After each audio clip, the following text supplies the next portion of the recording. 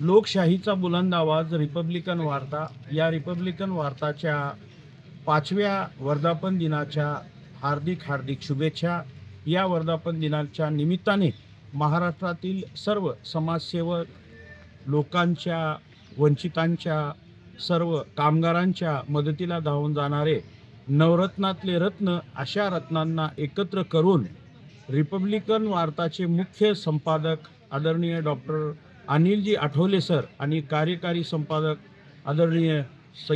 सलीम भाई सय्यद आणि नाशिक शहरातील ज्यांच्या हस्ते ही व्यवस्था करण्यात आली आहे ते आनंद दाभाडे साहेब आणि रिपब्लिकन वार्ता यांचे 65 प्रतिनिधी जे अहोरात्र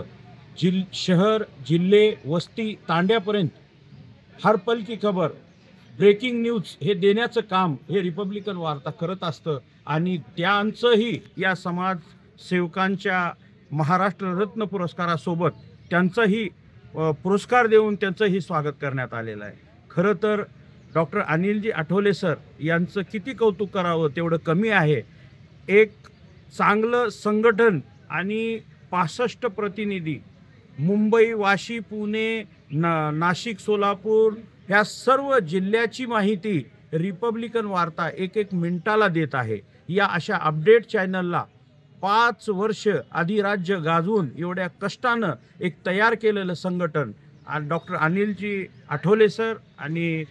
सलीम भाई सय्यद यांच्या अफाट परिश्रमामुळं ही एक खूप मोठं संघटन झालेलं आहे। या जागतिक जगामध्ये अनेक चॅनल आहेत जी 24 तास अनेक आहेत, नावं घ्यायची गरज नाही, परंतु फक्त 5 वर्षामध्ये 50 वर्ष कार्य केल्यासारखं रिपब्लिकन वार्ताचं एक इमेज आहे। लोक नागरिक वाट बघत आहेत। त्यामुळं आज माझाही पुरस्कार महाराष्ट्र रत्न गौरव पुरस्कार देऊन माझं त्यांनी सन्मान केलेला आहे आणि मी यापेक्षाही पुढचं जास्त काम करण्याचा प्रयत्न करेन आणि 5व्या वर्धापन दिनाच्या मी आदरणीय डॉक्टर अनिलजी आठवले सर, सलीम भाई सय्यद सुहागनकर आणि 65 प्रतिनिधी जे की